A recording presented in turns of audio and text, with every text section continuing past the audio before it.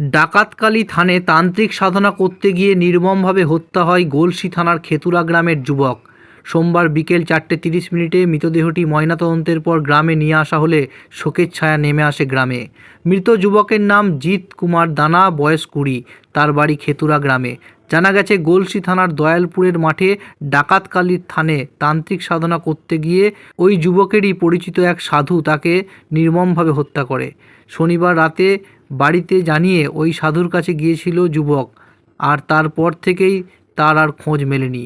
পরের দিন রবিবার দয়ালপুরের মাঠে তার মৃতদেহ দেখতে পায় গ্রামবাসীরা। খবর দেওয়া হয় গলসি থানায়। পুলিশ এসে মৃতদেহ উদ্ধার করে এবং যুবকের পরিবারের সদস্যরা ও গ্রামের লোকজন ওই সাধুকে ধরে মারধর করলে যুবককে মেরে ফেলার ঘটনা স্বীকার করে নেয়। গলসি থানার পুলিশ সাধু বাবাকে গ্রেপ্তার করে। এদিন বিকেল 4:30 ময়নাতদন্তের পর যুবকের মৃতদেহটি গ্রামে নিয়ে আসলে শোকের ছায়া নেমে আসে গ্রামে। মারা গেছেন, ওনার নামটা তাহলে কি? ওনার নাম হচ্ছে জিৎ কুমার দানা। বাড়ি কোথায়? বাড়ি হচ্ছে খেতুরা, থানা গলসি। তো কি হয়েছিল কি? ওই ওনার একটা বন্ধু ছিল মিলন নায়ার বলে নাম, ডাক নাম সাধু। সাধু বলে গলসিতে পরিচিত। দুই বন্ধু, উনি ওনার জিতের বাড়ি ওই সোমবার, শনিবার, মঙ্গলবারই প্রায় যাতায়াত করতো। দুজন মিলে আজার বাজার একসঙ্গে বন্ধুত্বের মতন সম্পর্ক ছিল। এই রিসেন্ট মানে আগামী 29 তারিখে সন্ধ্যের দিকে, গত 29 তারিখে, গত 29 তারিখে ওকে ডাকে যে আয়, দরকার আছে বলে ওকে ডেকে নিয়ে যায়। তো সন্ধ্যাবেলা বাড়ি থেকে বেরিয়ে যায়। 29 তারিখ থেকে বেরিয়ে যায়। তার মানে চারিদিক ফোন টোন করার পর, খোঁজাখুঁজি করার পর ওকে আর পাওয়া যায় না, ফোনেও রেসপন্স পাওয়া যায় না।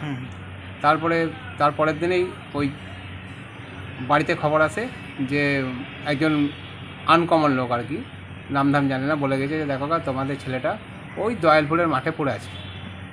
আমরা তো গ্রামের ছেলেরা, পাড়া প্রতিবেশী ছেলেরা সব হন্তদন্ত, মানে যে যা অবস্থায় ছিল সে সাহেব ওই মাঠ দিকে ছুটলো। সেখানে গিয়ে আমরা দেখি যে হ্যাঁ, জিৎ কুমার দানা বিনম্র অল্প বস্ত্র অবস্থায় লঙ্গ হয়ে পড়ে আছে। গলায় কোনো দাগ?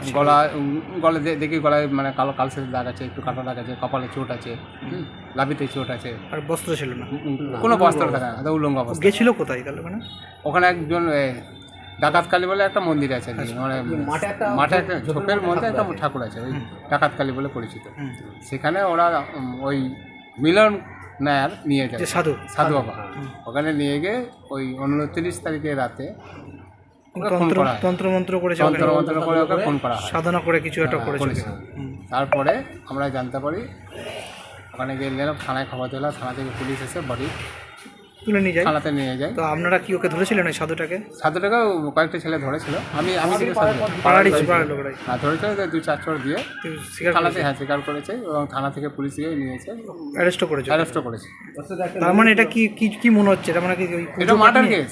পুজো নিয়ে ওকে মার্ডার করেছে, মানে একদম ইচ্ছা কিছু ভাবে তান্ত্রিক মার্ডার ফোন করা হয়েছে। তান্ত্রিক সাধনা করতে গিয়ে মার্ডার করেছে। তারপরে থানাতে নিয়ে যায়। থানা থেকে আমরা হসপিটালে নিয়ে যাই। হসপিটালে আবার মেডিকেল রিপোর্ট করে কালকে ট্রান্সফার করে আমাদের যে বর্ধমান মেডিকেলে যান, যে মর্গে বডিটিকে জমা করে কালকে আমরা 3:30-4টার সময় জমা করে গেছি। আজকে বডি নেওয়ার জন্য আমরা পুনরায়, স্যার বলেছিলেন 9টার মধ্যে আসবো। শরীরে আরও চিহ্ন ছিল না? আরও চিহ্ন, ত্রিশূলের চিহ্ন আছে।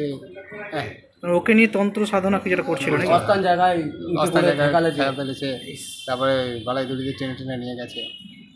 এই অবস্থা। আজকে বডি নিতে এসেছি।